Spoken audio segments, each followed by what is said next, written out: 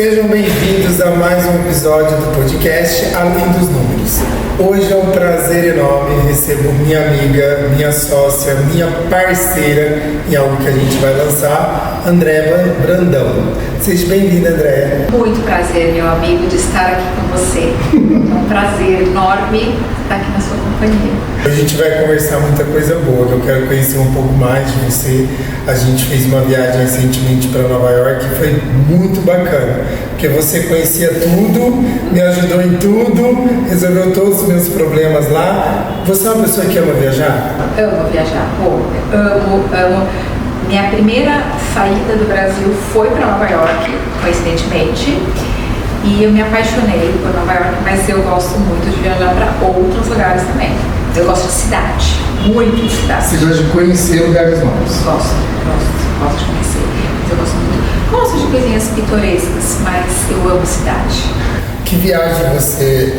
Primeiro você tem uma história maravilhosa no dia de casamento. Já é algo cinematográfico.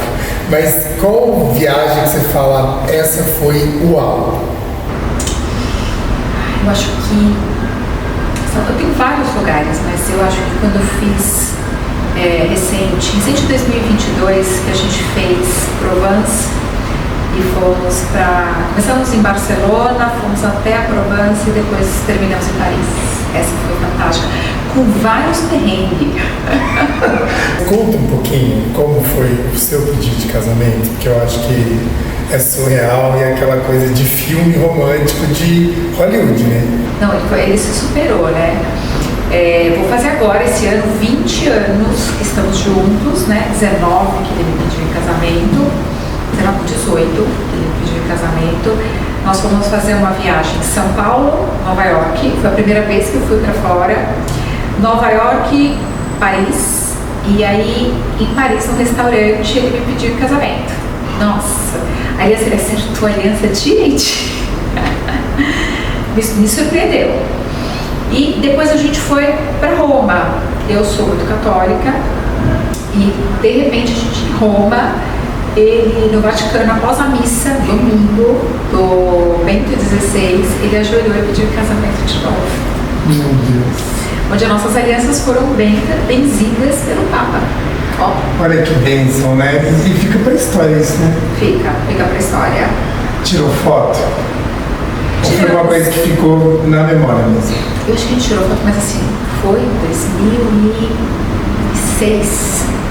2006, faz um tempo. Nossa. Então, não tinha smartphone. Não tem essa tecnologia toda que tem hoje, né? Não, acho que a gente tinha. Acho que a gente tem foto chorando, mas foi aquelas máquinas digital com uma qualidade péssima, mas a gente tem outra foto. Eu lembro da primeira vez que eu a vi, foi logo que eu entrei no Fire e eu não sabia que você era contador. Porque nossa classe tem um breve conhecimento de não cuidar muito bem da estética, né? Os contadores geralmente, por trabalhar bastante e ter uma vida muito sentado, geralmente muita gente é sedentária, né? E aí quando eu tava no evento, eu tinha te visto, não sabia que você, porque ali dentro do nosso clube no começo tinha muitos contadores, mas começou a entrar vários empresários de muitos ramos. E aí a gente foi no Missão Empreendedor, que é um dos eventos do clube, e eu lembro que você levantou a mão, eu falei, não, mas você é um pouco fora da curva. Você falou assim, ó, subiu no palco, você falou assim, não, mas que contador não se cuida, não tem contador bonito, né? Aí eu falei, que contador aqui? Eu levantei a mão, essa loira aí é bonita. Não tá fora da curva, né? Poxa.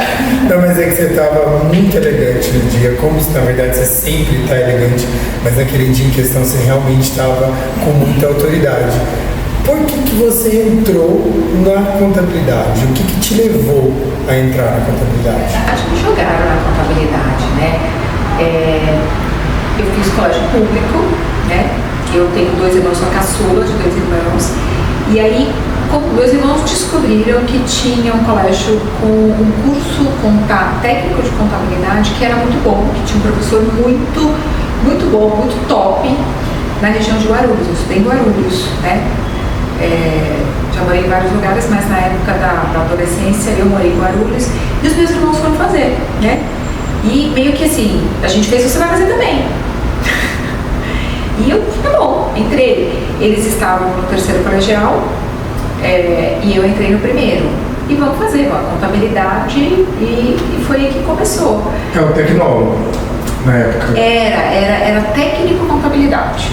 Né? Então tinha técnico contabilidade e era público e era visto como um dos melhores até de São Paulo.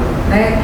Depois eu sei que esse colégio virou uma ETEC, né? Mas na época era um colégio normal e tinha o opcional técnico de contabilidade.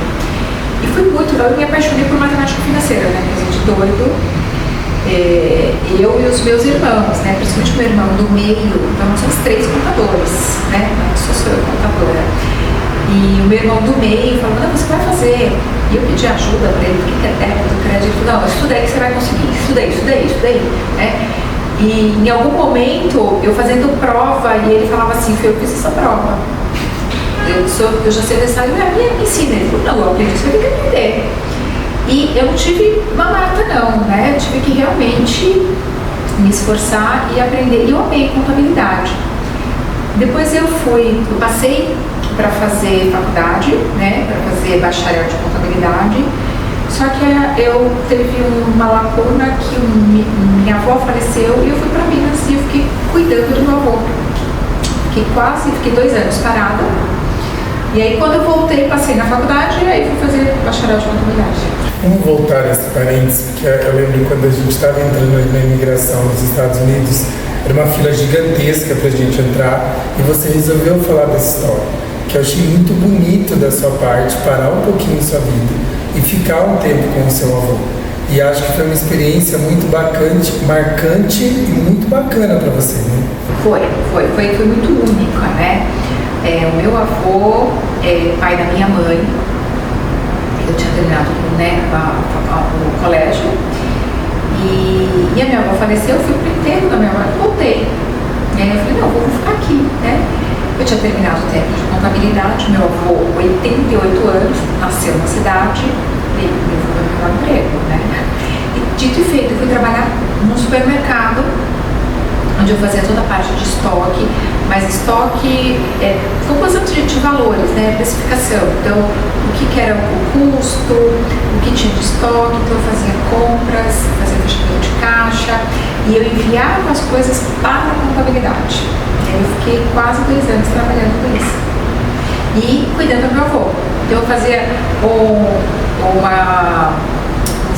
uma ginástica. Eu dava café da manhã para o meu avô. Não tinha ônibus que levava. Meu avô morava num sítio muito gostoso, eu passei a minha infância, mas para eu chegar na cidade onde era meia hora andando a pé, cravado, faça chuva, faça sol. Aí tinha o horário do almoço, e eu tinha dó de deixar meu avô comer sozinho, porque ele ia requentar a comida. Então eu voltava, fazia comida para ele, almoçava, eu fiz um acordo, né, anterior, eu falei, eu vou fazer 2 horas de almoço e eu trabalho 1 hora mais tarde. Então eu entrava às 9, fazia 2 horas de almoço e saía às 7. Eu almoçava, sempre chegava alguém, um vizinho, eu deixava café para ele e voltava. E meu avô me chamava de minha criança. E você sabe cozinhar? Eu falei, eu sei cozinhar. E aí, daqui a pouco chegavam os filhos, eu falei, nossa, mas o pai tá gordo. Eu falei, ele tá inchado. Não, ele tá comendo. Ele tá bem alimentado. Ele tá comendo. Ele não comia, porque ele fazia uma gororoba, como é que ele ia comer? Né? Então ele não comia. Então eu fazia ali um bifinho, eu cortava, eu desfiava. Ele falava assim, a minha criança faz, corta pra mim, corta você também. Você tá mal acostumado. Eu fazia, deixava ele mal acostumado mesmo. Foi exatamente em 1994, que foi a Copa de 94. Foram 2 coisas que aconteceram e foram marcantes, que a minha avó faleceu numa quinta-feira, no domingo foi a morte do Ayrton Senna. Então ficou marcado. E foi a Copa de 1994, que foi o tricampeonato, né, do Brasil. Ele assistiu comigo. Então a gente conversava muito, todos os dias ele me esperava e ele perguntava assim, como foi seu dia? E eu contava as coisas e ele lia muito. E ele me deu muitos conselhos, muitos. Tinha coisas que eu tinha 18 anos. Então aqui, saiu aqui, mas você vai vivenciando, você vai achando, nossa, meu avô falava assim, né? Inclusive ele falava duas coisas muito importantes, que ele lia muito a Bíblia. No final da Bíblia existem duas palavrinhas que ele grifava, eu tenho a Bíblia dele hoje, porque ele rascunhava a Bíblia, que era paciência e caridade. Ele falava que isso todo ser humano tinha que ter, e é verdade. Eu acho que quando a nossa vida é muito turbulenta, né? A paciência realmente é importante. A caridade é algo que eu aplico bastante também, eu vejo que você também, porque eu vejo que Deus nos abençoa, porque nós temos uma história simples, nós viemos de algo simples, né? Nós fizemos a nossa carreira com muita história para contar. E aí é quando a gente chega num lugar que tem muita coisa ainda para acontecer com a gente, mas a gente olha para quem está do nosso lado e não esquece de quem está do nosso lado. Então a gente entende que a bênção que a gente tem hoje é a pluralidade que Deus permite para que a gente abençoe outras pessoas. Né? Ontem até eu estava numa reunião e eu falei para ele, você acha o computador há mais de 30 anos? Eu acho que você não dá conta. Você acha que você não? Eu falei, não. Eu terminei meu técnico de contabilidade em 1993. Faço contabilidade desde os meus 16. Então, tem chão. Muito chão. E como foi para você entrar no escritório? Você passou tempo em empresas e depois você resolveu se tornar empresária de contabilidade? Como foi esse caminho? Eu não trabalhei em muitos lugares, na verdade, né? Então eu trabalhei nesse supermercado que eu fazia essa parte administrativa. Quando eu voltei para São Paulo, que eu entrei na faculdade, eu morava no Tatuapé e arrumei um emprego, né? E em frente à minha casa. Eu arrumei um emprego de recepcionista, que é o que tinha para hoje, vamos trabalhar, né? Fazer faculdade, comecei a trabalhar como recepcionista. E foi uma coisa interessante que acho que eu tinha, eu odiei aquele PMX gigante, eu falei, Jesus amado, o que eu estou fazendo aqui? Mas, de passar ligação? De passar ligação. Muita gente nem sabe o que é isso hoje, né? Pois é, era gigante, era uma mesa, parecia aqueles mesas de DJ gigante, cheio de botão. Falei, bom, vamos fazer. Mas uma semana, né, pegaram um furto de uma pessoa no caixa. Aí eu era formada em contabilidade. Eu, não, você vai trabalhar no caixa. E eu trabalhei com uma senhora que acho que foi uma das pessoas com quem eu aprendi muito, né? Ela era uma pessoa muito rígida, mas ela era muito detalhista. Então, o nosso caixa tinha que fechar com centavos. Né? Eu vendia público, era uma loja de esporte e a gente trabalhava segunda a sexta, segunda a sábado. Sábado eram os dias mais volumosos, né? Então, as pessoas pagavam muito dinheiro, muito pouco cartão de crédito. Então, era dinheiro e cheque. Nem era usual naquela época, né? Não, era muito pouco. Aquele cartão de crédito com aquela maquineta que fazia... Aí, que tinha um papel carbonado, né? Lembro, nossa. Acho que tinha só Mastercard na época, a Visa entrou depois. Mas eu aprendi muito, porque com base de contabilidade, eu comecei nossa, a conta tem que fechar. Então, hoje a gente fala débito e crédito, entradas e saídas tem que fechar. Se eu vendi tanto, eu tenho que ter recebido tanto, né? E aí onde foi pego esse furto de uma outra operadora, e aí eu falava assim, meu Deus, né? Eu tenho que fazer muito certo. E dava, e ela, sabe, eu tinha 19 para 20 anos, né? Fiquei com meu avô 18 até próximo de completar 20, né? Então eu estava quase com 20 anos e eu fiquei 8 meses trabalhando, né? Segunda a sábado. Era muito tranquilo, porque era 2 minutos na minha casa, né? É só atravessar a rua. Mas eu queria mais, né? E aí surgiu uma oportunidade de trabalhar numa empresa têxtil, mas eu era para ser auxiliar da auxiliar. E aí a minha mãe falou assim, como assim? Você vai sair daqui, só atravessar a rua, volta, almoça, volta, toma café, vai para a faculdade, a pé, tudo muito perto, e você vai lá para Guarulhos. Eu falei, mãe, onde eu tô não vou crescer. vou trabalhar numa empresa, onde eu vou conhecer. E lá fui eu. Tinha que levar uma marmita. Eu tinha uma senhora que era dura, mas ela tinha que ser dura, né? Porque eram mais de 200 funcionários, não dá pra ser mole, né? E ela fazia aquela contagem, não sei se você é da época, que da onde você mora, qual é a condução mais barata para a empresa. Sim, eu lembro disso, porque hoje é tudo pelo computador, né? Faz a roteirização do funcionário. Mas antes era na pata mesmo, entrar no site, entender qual era o melhor, ver se tinha passe mais barato. Era o melhor para o colaborador, né? Não, exatamente. Custava menos para a empresa. E era o seguinte, da onde eu estava, eu tinha que andar 25 minutos para pegar o ônibus na Celso Garcia para ir para Guarulhos. E era dureza. E aí lá ia eu todo dia, 5 da manhã, porque eu tinha que bater. Você iniciava que horas? Às 8. Eu saí de casa às 5 da manhã, 3 horas. Porque eu tinha que andar até às 6 para pegar o ônibus às 6, para chegar, era quase 1h30, para chegar em Guarulhos, porque o ônibus que eu pegava andava pela Celso Garcia. Nossa. Pela Celso Garcia, Avenida Guarulhos, tinha muito farol, eu pegava vias expressas. Para eu chegar antes, eu chegava às 7h30, 20 para as 8. Porque se eu pegasse das 6h30, eu ia chegar mais tarde, porque tinha mais trânsito, né? E não tinha essa, né? Se você não chegasse, você só entrava meio-dia, você perdia metade do dia. Não tinha. Quanto tempo você ficou nessa empresa? Eu fiquei de 1996 até 2008. Nossa, você ficou quase 12 anos. E aí lá eu fui crescendo. Então eu virei auxiliar de cobrança, eu adorava fazer auxiliar de cobrança, adorava fazer, porque eu entendia todo o contas a receber.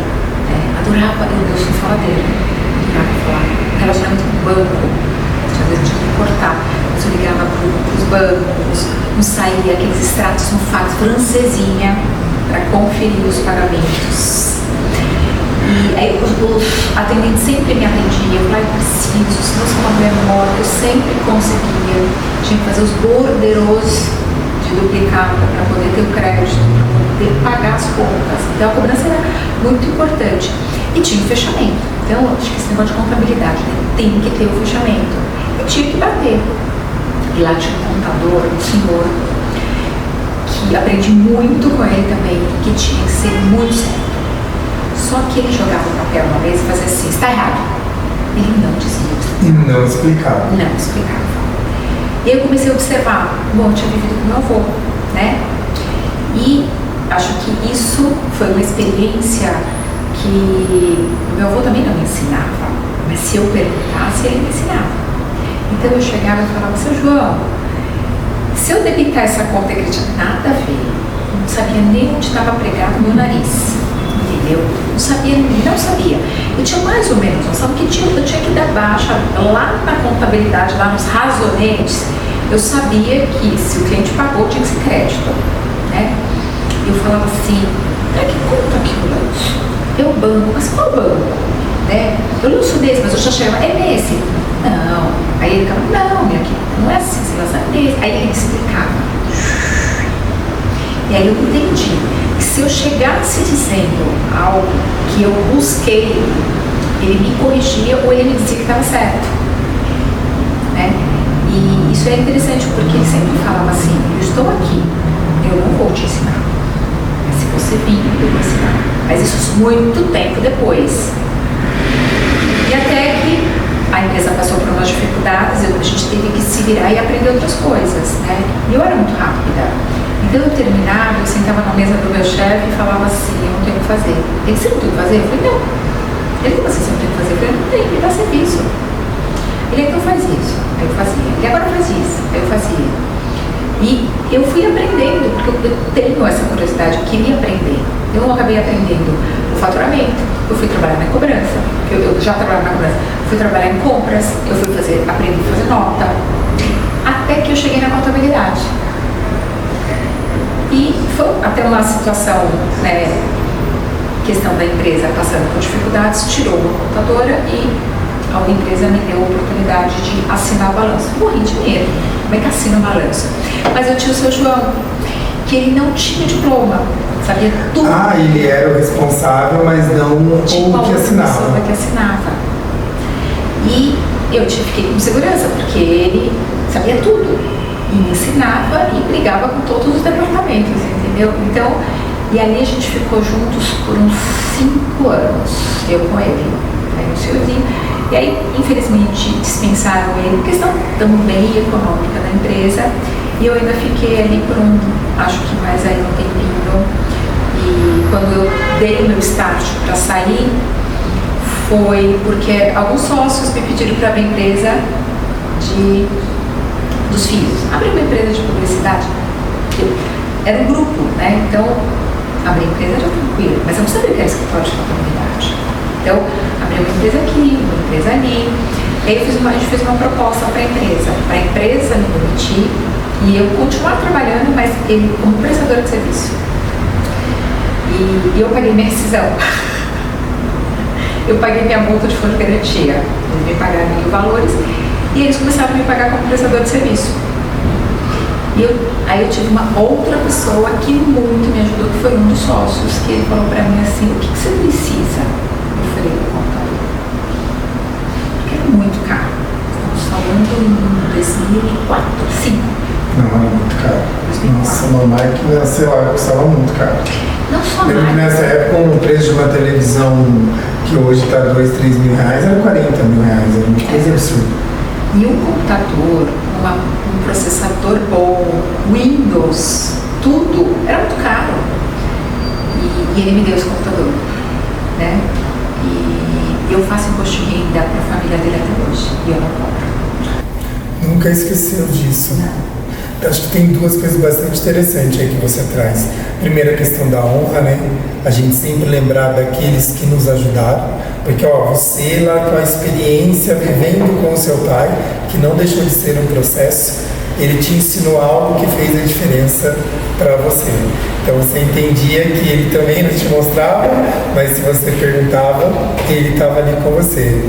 E o segundo, que eu vejo que a juventude de hoje tem muita complicação.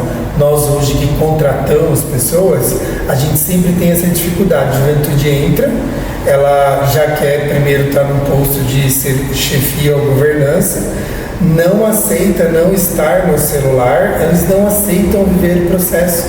Então, muito dificilmente hoje, um jovem que trabalharia na frente da casa dele aceitaria 2h30 para ir tentar a vida em outro lugar. Porque o que você pensou, aqui eu não vou crescer. É uma loja limitada. Eu preciso, aí vou para uma indústria têxtil, né, que você falou, com certeza lá eu vou ter oportunidade. As pessoas, os jovens hoje em dia, eles não querem passar pelo processo. E olhar você hoje, quem seria a Andréia hoje sem passar pelos 12 anos na indústria têxtil? Exatamente. E foi uma empresa que teve dificuldades, hoje ela continua em pé, né? Não faliu, não entrou em concordado, tem algumas dificuldades, mas conseguiu se reerguer.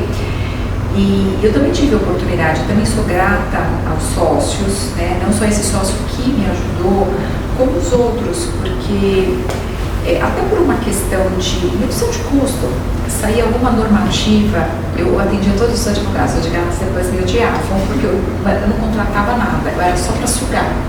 Então, eles, tem uma redução de X. Eles iam até a empresa, eu fazia reunião, eu entendia, eu ia estudar, eu ia... E você aplicava? Terror do direito. Eu era terrível, eu fui terrível mesmo. E eu cheguei na Receita Federal, a gente fez um crédito extemporâneo, porque a indústria têxtil, ela compra produto com EPI, principalmente produto químico, que é para tingimento, né, tingir a tinta, né, que tem atributo EPI, mas na venda ela não tem, porque não é que não tem, a alíquota é zero. Tem um incentivo. Tem um incentivo porque é vestuário, né? E o que acontecia? A empresa, ela colocava que era isento de IPI. Eu falei, mas isso não é isento de IPI. Mas vai dar muito trabalho. Eu voltei, escrituramos tudo. E tinha que tirar cópia de todas as notas de compra. Eu morava no bairro, morava na periferia.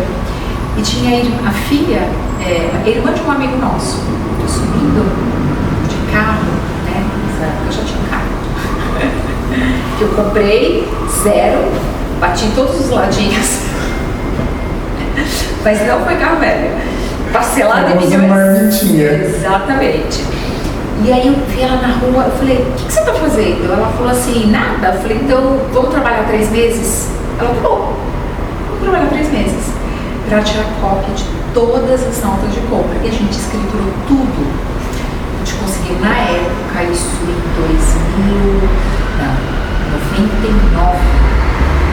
99 para 2000, 2 milhões. Uau! Eu chego com isso na Receita Federal, como é que faz? Não tinha processo, não tinha programa, não tinha nada. Eu causei na Receita, que virou um programa. É fácil, né? Sério? Foi, eu causei, né? Porque eu montei tudo bonitinho, conforme estava na legislação. Só que não tinha como alguém conferir. E eles desenvolveram um software depois, que depois eles me pediram para fazer. Eu fui, inclusive, piloto para fazer isso para eles. Que legal. Crédito extemporâneo. E aí a gente foi usando, né, gradativamente esse crédito todo. E depois, eu sei que eles usam até hoje. Não, com certeza, um valor absurdo desse. Você compra com PI, né? Exato. E não quer parar, né? Não. Eles sempre iam gerando crédito só. Sempre gerando crédito. Então, eu também tenho que agradecer, né? Porque ele falou, olha, se der merda, eu tô com você, entendeu? E lá deu certo, né? Então a gente não foi notificado. Quando tinha alguma coisa no INSS, era eu que ia na Receita. Mas eu falo isso até para os meus clientes. Muitas vezes, o mercado, ele não olha muito para o contador. Mas eles não imaginam que os grandes resolvedores de problemas somos nós. Então, aquilo que o engenheiro, que o advogado, que outras profissões muitas vezes não faz, a gente vai lá e dá um jeito de resolver. Então, a gente sempre, a gente não dava um Google antes, que é muito recente, a gente se virava, ia na Receita, perguntava para o fiscal como é que você faz, me ajuda aqui. Sempre tinha, desde pequenininho eu lembro de fazer isso. Desde 16 anos que eu já era guardinha, eu já lembro também de ir na Receita entender que na minha época a gente fazia declaração de imposto de renda em disquete. A gente não... Aquele grande, né? Exato, eu já peguei o azul já, que ele não era enorme, né? Era molinho ainda. Isso. Dependendo de como você chegava, pegava ônibus, não existia Uber naquela época. Não. E táxi era uma coisa inimaginável pra gente pegar um táxi. E aí sempre eu via os contadores resolvendo, mas nunca levando crédito. E eu vejo que hoje está mudando essa ideia do mercado dos clientes também, né? Hoje o contador é consultivo, né? Nem todos, né, André? Não, nem todos. É uma coisa que a gente defende para nossa classe, das pessoas. A gente tem várias plataformas aí, estamos num clube, o Johnny é esse contador, que nos incentiva a ser um contador consultivo, mas nem todos acham que tem esse papel de estrelato, né? Não, isso é verdade. Mas também as pessoas que não querem estudar, né? Que Sim. querem ir atrás. Porque isso dá trabalho, né? E eu adoro você. Então, eu era conhecida como a menina, aí falou assim, lá vem a menina de ouro claro da Marco Polo. Já chegou ela de novo. Eu era assim, Você já estava marcada. eu era marcada. E assim, tem empresa que nem quer, olha, vocês fazem coisas erradas, não, nem quero. Não, tem crédito, vamos atrás. Entendeu? Por quê? Tá tudo certo. É lícito, né? Às vezes, não, crédito, não, é lícito. A Receita Federal, eu falo, ela trabalha com a nossa informação. Então, nós somos nós, contadores, que informamos o que apurou, o que deve, o que pagou errado, o que pagou a mais, como que eu vou compensar. Então, a gente sabe o que tem que ser apresentado ali, né? Muitas vezes o cliente duvida disso. É que existia muito jeitinho brasileiro, né? Então, até hoje, eu acho que o ano passado eu peguei um imposto de renda e falei, olha, você tem que pagar um pouquinho. Eu falei, mas por que você tem que pagar um pouquinho? Você tem que pagar um pouquinho se você deve pagar um pouquinho, mas se você tem o direito de restituir um pocão, é melhor você restituir um pocão, entendeu? Então, não tem essa, paga um pouquinho que você não vai chamar atenção. Não. Assim, eu falo, nós somos o sistema tributário mais inteligente do mundo, de processamento. Muitos países vêm para o Brasil para estudar o tamanho da Receita Federal, que ela pode falar o que quiser, mas é muito inteligente. Muito eficiente, né? Inteligente e eficiente. E eu falo, você acha que se é crédito, ela vai se considerar você. Se você deve, ela vai cobrar você. Mas não fique pensando, eu vou pagar um pouquinho porque eu vou sair do radar. Ela só vai sorrir para você que você pagou mais imposto do que deveria. Exatamente, ela não vai dizer, você pagou errado. Ela vai cobrar quem paga a menor. Exatamente. Agora, pagar além do que você deveria, é você que tem que ir lá dizer para ela que estava errado e que pagou. Exatamente. André, e aí essa foi a última empresa para você migrar para a contabilidade? Esse foi o gancho? Foi o gancho. E aí quando foi? Eu acho que a minha primeira empresa que eu abri foi em 2003. Exatamente, 2003. Seu primeiro cliente ou seu primeiro escritório? Não, meu primeiro CNPJ que eu abri fora desse grupo, que seria o meu primeiro cliente. Uau! 2003. 2003. E 22 anos. 22 anos. E aí, quando foi em 2004, eu até iniciamos uma sociedade, eu e um gestor financeiro, e ali a gente ficou 1 ano e meio, mas eu não vi sentido continuar uma sociedade onde só tinha contabilidade, então ele não agregava, né?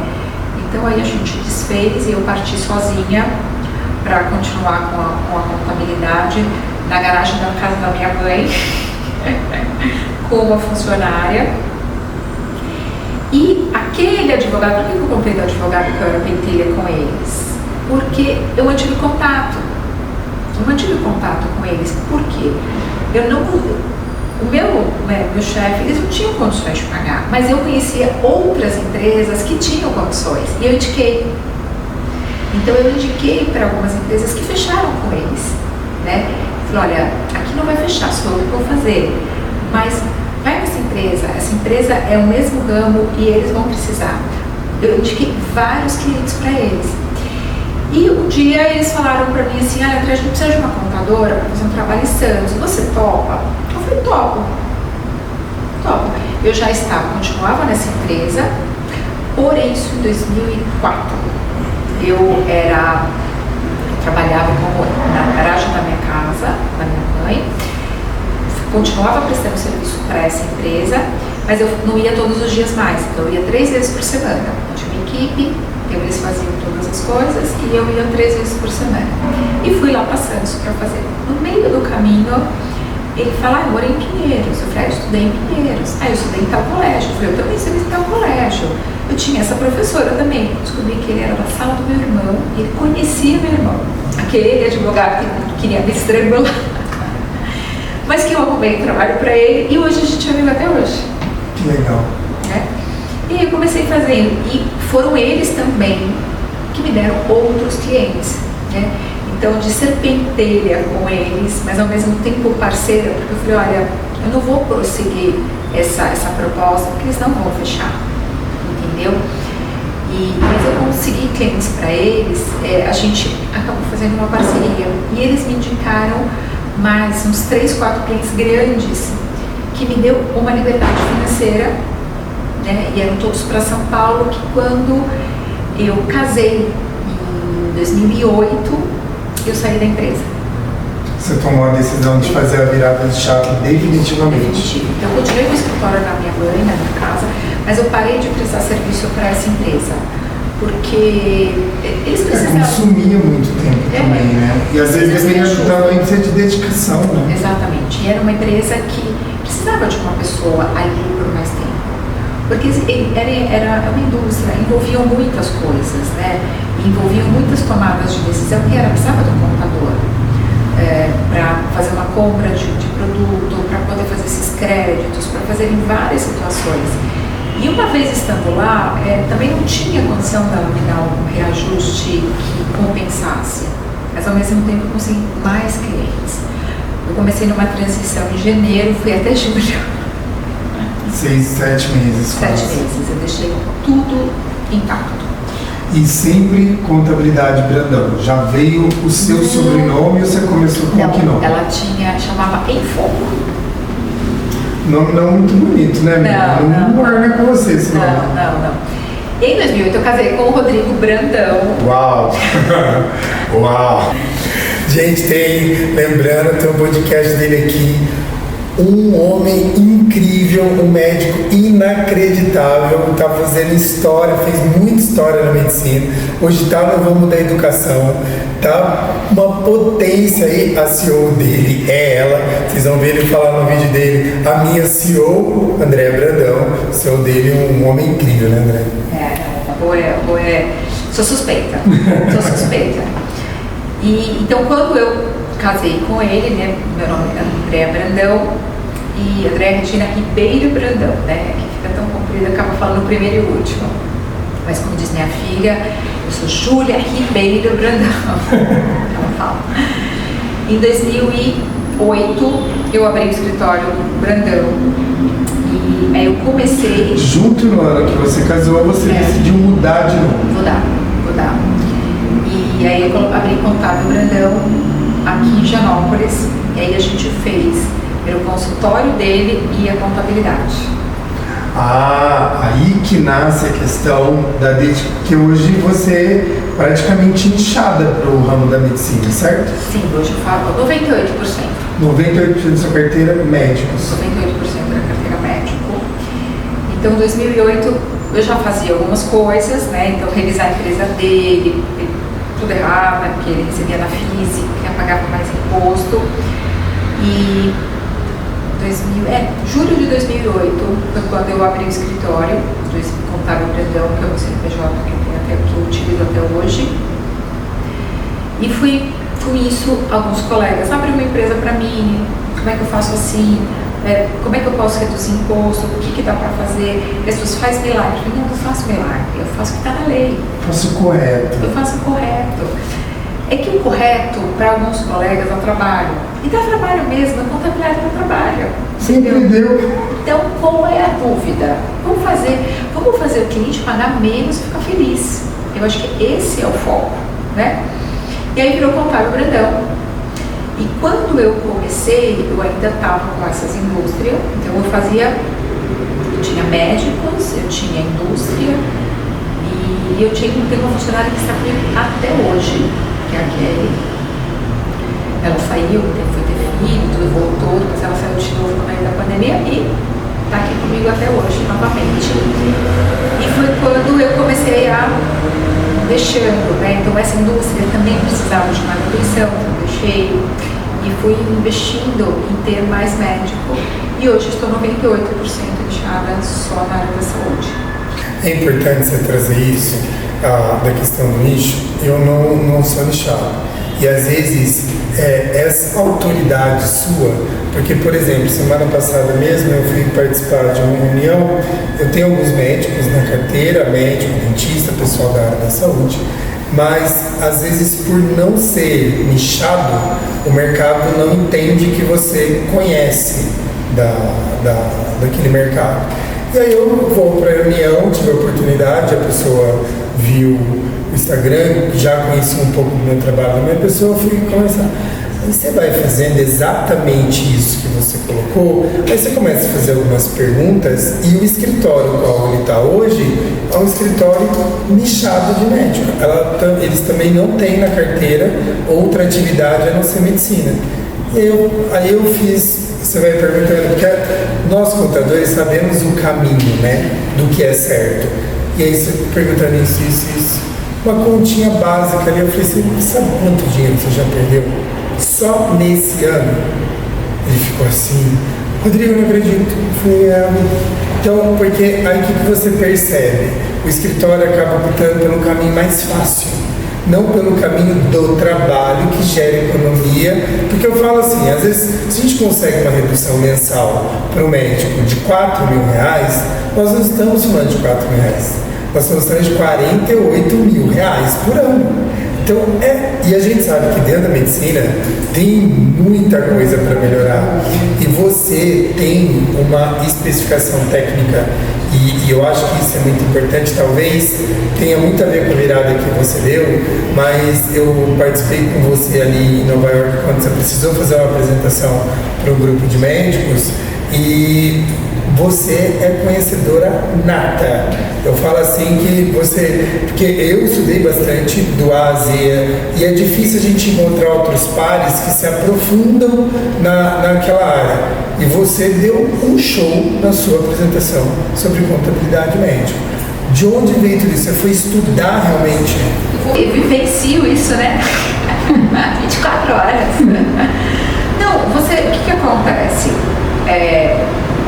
Eu trago um know-how de indústria, né? Como é que uma indústria faz, né? Como é que é uma contabilidade, vamos dizer, né, no passado raiz, né? Eu aprendi a fazer contabilidade fazendo razonete, né? Eu também, todo mundo, isso do tempo da pasta azul. Exatamente, então eu fazia razonete, e eu aprendi isso no meu técnico, tá? Eu tive uma faculdade muito boa. Mas o técnico é melhor que a faculdade. Não adianta a gente nem comparar, que o técnico ele te ensina a fazer. É diferente da faculdade que vai te ensinar mais a pensar. Mas o técnico ensina na prática como funciona. Mas era um técnico com colegial. Junto? Não era só um curso técnico. Eu fazia o colegial técnico, um ETEC. Tá? E eu tinha um professor de matemática financeira e os exercícios dele eram todos do Banco do Brasil, né?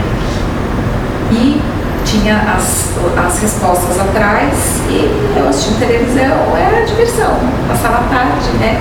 Assistindo televisão, vendo novela e fazendo. E me trocaram de sala, né? Porque eu falava demais. E aí me colocaram na frente, né? E aí o professor fez assim, tudo rabiscado, né? Organizado, mas a letra não é tão bonita. Ela fez, aí eu assim, fiz. Ele, como é que você fez? Eu falei, professor, bateu? Eu falei, bateu, mas teve 2 que não bateu, mas era 50, entendeu? Mas foi algo, sabe o que era? Era divertido fazer, não era algo que foi uma obrigação. A gente ia ticando, né, pra montar o balancete, a gente fazia a conta T, débito, crédito, no final ia batendo. E aí daqui a pouco ele vem fazendo, então vamos fazer esses 2, né? Bom, você imagina, podia ele virar pra trás, né? A sala queria me matar, né? E aí eu comecei, e as pessoas falavam assim, eu falei, não, professor, né? Vamos fazer uma prova. Eu falei, não, mas as pessoas nem entenderam, né? Eu falei, você é uma mulher morta, né? E aí foi onde as pessoas vieram para mim para me ajudar. Ele falou assim, você ensina? Eu falei, claro, né? E eu ensinava de uma outra forma, eu ensinava com pão, eu ensinava com coisas, né, olha, o que é o débito, o que é o crédito. E as pessoas entendiam o que eu explicava. E aí começou, né, a turma perguntar.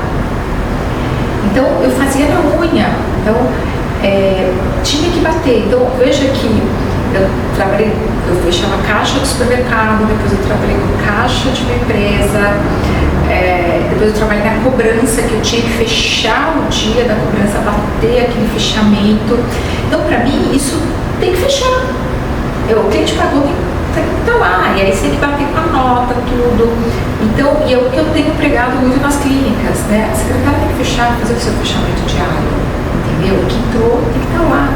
O que entrou de dinheiro, quanto que foi emitido de nota, porque isso vai impactar no seu imposto, isso vai impactar. E aí você começa, e aí eu vou buscando. Puxa, os médicos vêm com a reclamação, puxa, eu estou pagando muito imposto, né? É claro que se está pagando muito imposto, porque está ganhando muito. Mas o que dá para fazer? Né? Que sempre dá, né? Sempre. Isso aí é um planejamento tributário. Que dá trabalho? Dá. Você tem horas de estudo para saber se está certo, se isso não é picaretagem, se isso daí. Porque existe uma coisa na classe médica, é que o médico não quer correr risco. Eu acho que ele vive já no risco de salvar vidas, que ele não quer correr risco. Então, se eu vou pagar, eu vou ter problema não. Eu prefiro pagar e dormir em paz. Foi sempre o que eu ouvi. Eu não quero receber nenhuma cartinha da Receita. Isso me impactava muito. Então, eu era a doida de ficar olhando os informes de rendimento, né? E como é que eu tinha tempo para isso? Porque meu marido trabalhava muito, eu estava à toa em casa, eu ficava fazendo consulta na Receita, lendo artigos, lendo instrução normativa para fazer isso. Porque eu demorei ainda um pouquinho para ter filho, né? Então eu fui ter filho só em 2011. Então esses 3, quase 4 anos de casada, eu dediquei muito ao escritório de contabilidade. E mais médicos e mais soluções, foi isso. Não, você tem um trabalho excepcional. Mas eu vou entrar num assunto agora bem animado. Eu não sei como, porque quem está te vendo agora, impecável, sempre você é assim, acho que você já acorda pronto, mas ninguém sonha que você é mãe e esposa, dona de casa, organiza toda a agenda das meninas, empresário, CEO do Rodrigo. Quantas horas tem seu dia? Porque eu por 2 vezes já tive a oportunidade de ficar lado a lado. Em nenhum momento você xinga, em nenhum momento você fica bravo. E todo tempo você está sorrindo, feliz, como se tudo na sua vida fosse muito simples de executar. Mas a todo tempo você está no celular resolvendo um problema, é escola, é isso, é casa, é aquilo, é motorista, é Rodrigo, é gravação, é escritório, cliente que ligou, tem... Como é organizar e passar por esse processo que eu vejo que é tão pesado e você não desistir? A gente vai equilibrando os pratos, né? Então, assim, terapia, né? Eu nem sempre fui assim, porque até por ser contadora, eu queria as coisas muito em ordem, né? Então, eu sempre a louca de... A declaração vai vencer 24 de maio, 30 de abril tem que estar pronta. Não posso virar um mês sem fazer. E eu criei essa cultura aqui dentro do escritório. Então a nossa meta é, a declaração do mês passado tem que ser feita nessa. Dia 24 é se der alguma coisa. Vai ficar um ou outro e olha lá ainda. E isso eu tive um chefe que falava assim pra mim: você não sabe quando vai vencer? Sei. Então é só se programar. Então, tudo é planejamento, né? Mas a vida não é planejada, né? E eu tive aí um golpe quando a minha filha nasceu, porque eu me vi extremamente controlada ali, gravidez. Eu trabalhei, minha filha nasceu na terça, eu trabalhei até segunda. Nossa. Né? E eu, tudo muito controlado. Quando a filha, a Lúcia nasceu, eu tinha que dar mamar, eu não conseguia dormir, eu não sabia o que fazer, né?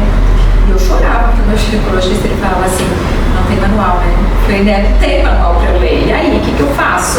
A louca das leis da Receita Federal não tinha manual para cuidar da filha. Não tinha manual.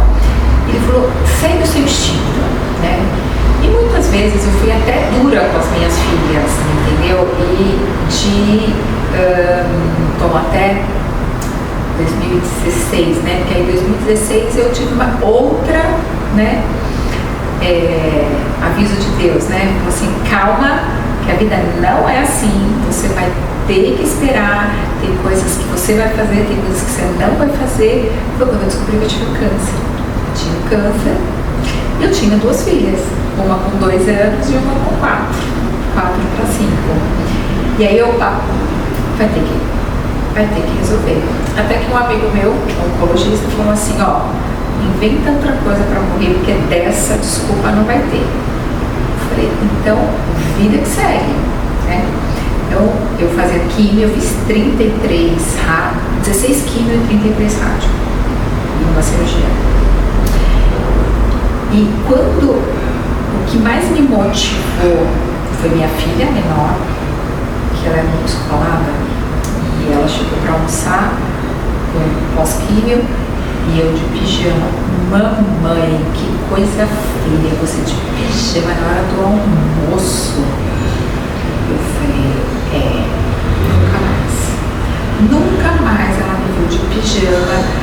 Ela voltando da escola, não de pijama no final de semana é uma coisa, mas pijama, ela voltando da escola, nunca mais ela viu. Isso aquilo te marcou. Marcou. E eu... Você chegou a perder cabelo, André? Como foi no seu corpo isso? Eu tenho um médico maravilhoso que pensou muito no lado humano, né? Então eu queria mais era tirar os 2 seios. Ele falou, não, eu queria, pode me enfiar qualquer coisa. Ele falou, não, você vai fazer um corte assim, porque senão vai ficar uma coisa muito marcante para você, não precisa disso. Ele foi uma pessoa muito humana, no momento que você dane-se, faz o que tem que ser feito. E ele me falou assim, olha, faz aqui no hospital, porque tem uma touca gelada que pode amenizar a queda de cabelo. E lá fui eu fazer essa touca gelada, né? Tinha umas regrinhas, você tinha que lavar o cabelo, fraquinho, né? Com água gelada, com shampoo neutro, nada de secar, e você ia pro hospital, usava uma touca como se fosse um ar-condicionado, e a temperatura de menos 20. Eu ia com roupa de esqui. Menos 20 e ficava por 4 horas. Mas o negócio meio que congelava. E realmente eu não perdi o cabelo. Eu tive muita queda, mas minhas filhas não me viram careca. E aí você vê a vida de uma outra forma, né? Você vai falar, eu vou pegar por isso. Eu vou deixar isso. Compensa, né?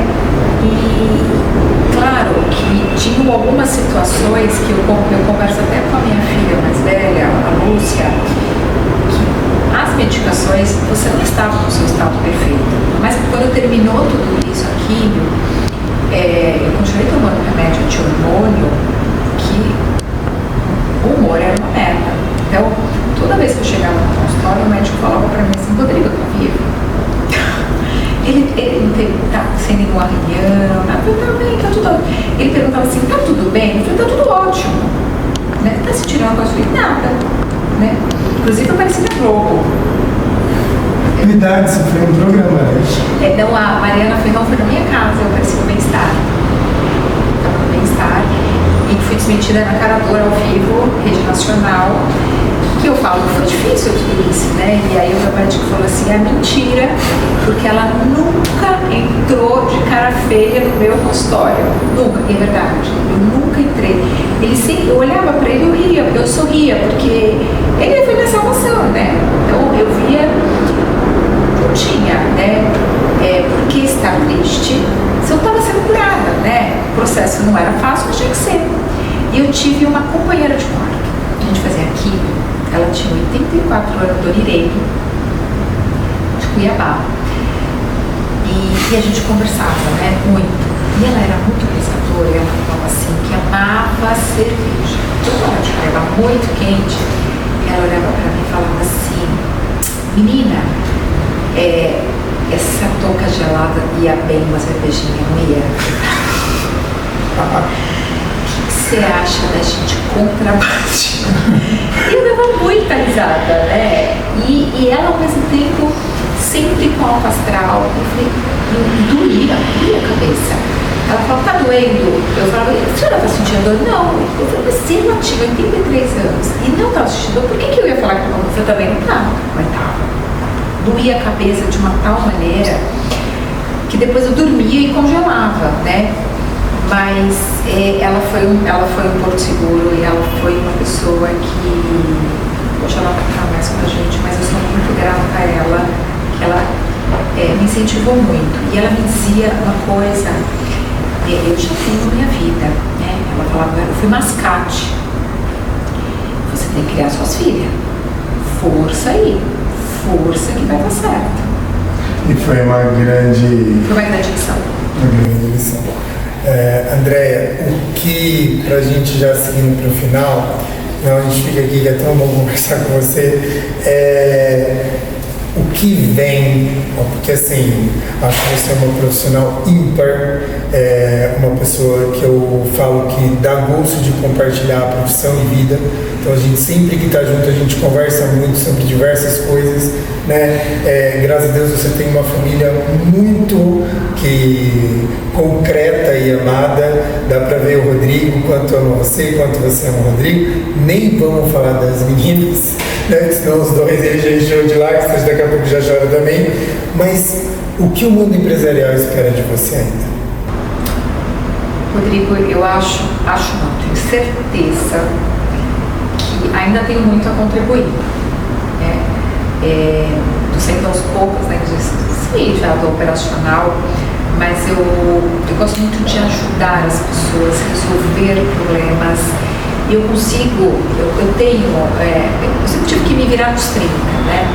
Então, no período que eu morei no sítio com meu avô, tinha a possibilidade de falar, não vou trabalhar hoje, né? Porque chovia muito. Não, eu passei por debaixo de uma cerca de arame farpado, a vaca saiu correndo atrás de mim e eu fui trabalhar. Porque eu acho que era um compromisso, e eu acho que é o mesmo compromisso, com a mesma dedicação, de que eu acho que tem muito, tenho certeza que tem muito empresário com quem eu posso contribuir a um planejamento tributário ou algum planejamento empresarial, alguma solução, né? Que é uma central de soluções que eu posso agregar. Queria te agradecer imensamente, primeiro pelo espaço, estamos gravando aqui no seu estúdio, né, vamos dizer, estúdio, sala de treinamento, que muitos sócios, muita gente aqui vão poder alugar isso aqui, extremamente tecnológico. Essa mulher só sabe fazer o que é bem feito. Queria te agradecer primeiro por ceder espaço, segundo por atender o convite de ser participante. É um imenso prazer estar sempre do seu lado.